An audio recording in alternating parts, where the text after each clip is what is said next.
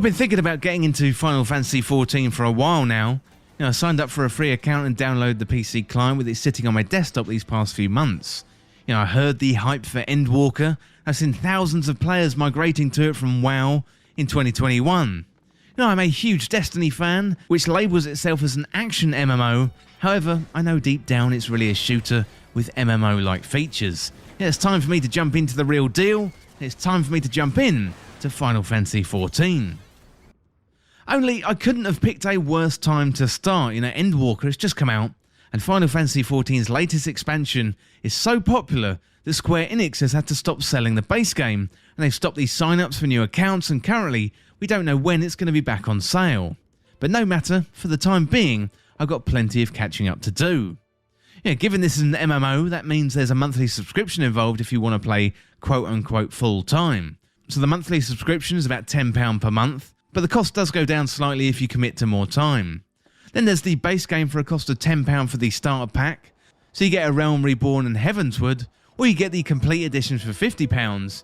I'm not really a stranger for paying this kind of fee for a game. However, I wanted to be sure that I'd like it before I commit, and this is where the free trial comes in. So my early impressions of the free trial so far are pretty fantastic. You get a large chunk of the game included, like a Realm Reborn and the first expansion Heavensward, plus loads of other content, dungeons, raids and quests, and so far I must have sunk about 10 to 15 hours into the trial so far. I'm looking at the Square website most days wondering when it's going to go back on sale so I can pick up the complete edition. One thing I've heard about the game is the quality of the story, so I really want to play through all the expansions in chronological order to help me get up to speed. So Final Fantasy XIV has a really interesting story. Originally launched in 2010, the game was received really poorly by fans, and in November 2012 the game was shut down. There's a huge amount of disappointment from fans given the game had been in development since 2005, and complaints range from the user interface, the performance, and also the gameplay. Well, the lead producer and the director of the game were removed, and the planned PS3 version of the game was suspended indefinitely. And then Final Fantasy XIV was re-released in 2013 after Naoki Yoshida took over, and since then the game has been on the upward trend, to the point now where it's regarded by many as the best MMO currently on the market, with the much publicised migration of the players from WoW to Final Fantasy XIV in 2020 and also 2021. I've been on the fence for a while about getting into an MMO. I never played WoW, it wasn't really my thing back in the day. I was a console gamer back then and focused on Nintendo releases like The Legend of Zelda, plus many hours playing Halo multiplayer with friends in couch co-op. It's been an interesting journey though, as the original creators of Halo went on to make Destiny, which is probably my most played game over the last 7 years, and that one has always dabbled in MMO-like concepts. So Destiny has me hook, line and sinker, and now it's time to branch out into something else, in a fully featured MMO with all the bells and whistles. So back to Final Fantasy XIV, I've got a lot of catching up to do, as I mentioned before, but the game that I've experienced so far has me itching to play more. As far as I know, the sequence is a Realm Reborn, Heavensward, Stormblood, Shadowbringers, and then we've got the most recent expansion, and the end of the 10-year first saga that is Final Fantasy XIV, and this one is called Endwalker. So let's have a look at what it's all about. So when you first start, you create a character and you can customise your name and race, and then you're dropped into the world of Eorzea. So there's 3 main places you can start, and depending on your choices when you create a character, you'll be placed in one of the 3 starting areas. So you've got a forest city called Gridania, you've got the desert dwelling called Earldar, or you've got Limsa Lominsa, the coastal port city full of pirates. So each city is full of characters to get to know, quest givers to do little jobs for, and then you've got the main story campaign that's going to keep you engaged. And I've heard the early game in Final Fantasy XIV isn't the best, however, I'm having a really fun time at the moment leveling up and learning the ropes. Well, Final Fantasy XIV uses the trinity of classes, so you've got tanks, DPS and healers. So given I'm new to the whole thing, I didn't really know where to start, so I just picked up an axe, and that led me to a tank role. So I picked the Marauder, so that means I've got a huge axe, plus I've got some pretty good damage mitigation and self-healing actions, and I can dish out some pretty good damage myself. One of the big features of Final Fantasy XIV is I can change class at any time just by switching weapons.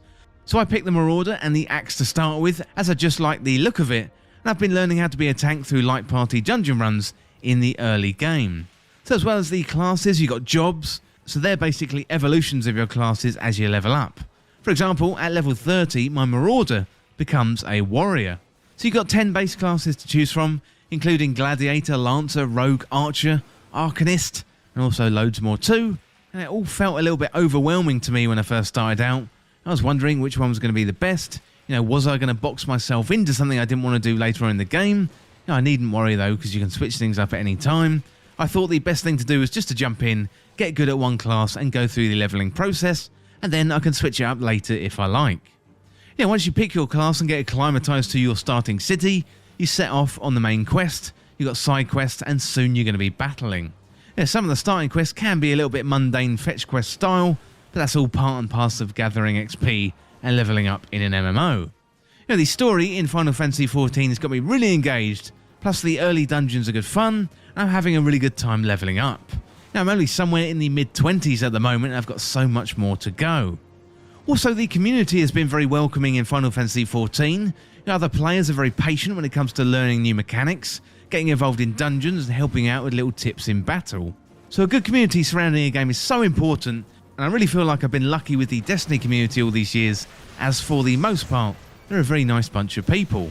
So from what I can gather so far with the Final Fantasy XIV community, they are a pretty awesome bunch too. So far I'm having a great time with Final Fantasy XIV, so I've got the whole of A Realm Reborn plus Heavensward to get through, plus I'd hope by that time the full game will go back on sale once again, as I imagine that's going to be a month or so away. As soon as the game is back on sale, I'm going to sign up for the full package and get stuck into all the expansions leading to Endwalker, and I do think at this point it's highly likely I'm going to be creating content for Final Fantasy XIV, so if you're starting at a similar time to me, then get in touch on YouTube or Twitter or Patreon. I'd love to hear about your journey too. Well, that is it for now for Final Fantasy XIV, but I'm sure I'm going to be back later and talking about it more on the podcast and also on the YouTube channel too. And as always, thank you so much for watching. Hit that subscribe button down below and subscribe to This Week in Video Games. Or you can follow me on Twitter at TWIVG Podcast. If you enjoyed this video, found it useful, liking and sharing the video would really help me out. Otherwise, check out the other videos on the channel. Well, thanks again, and I'll see you soon.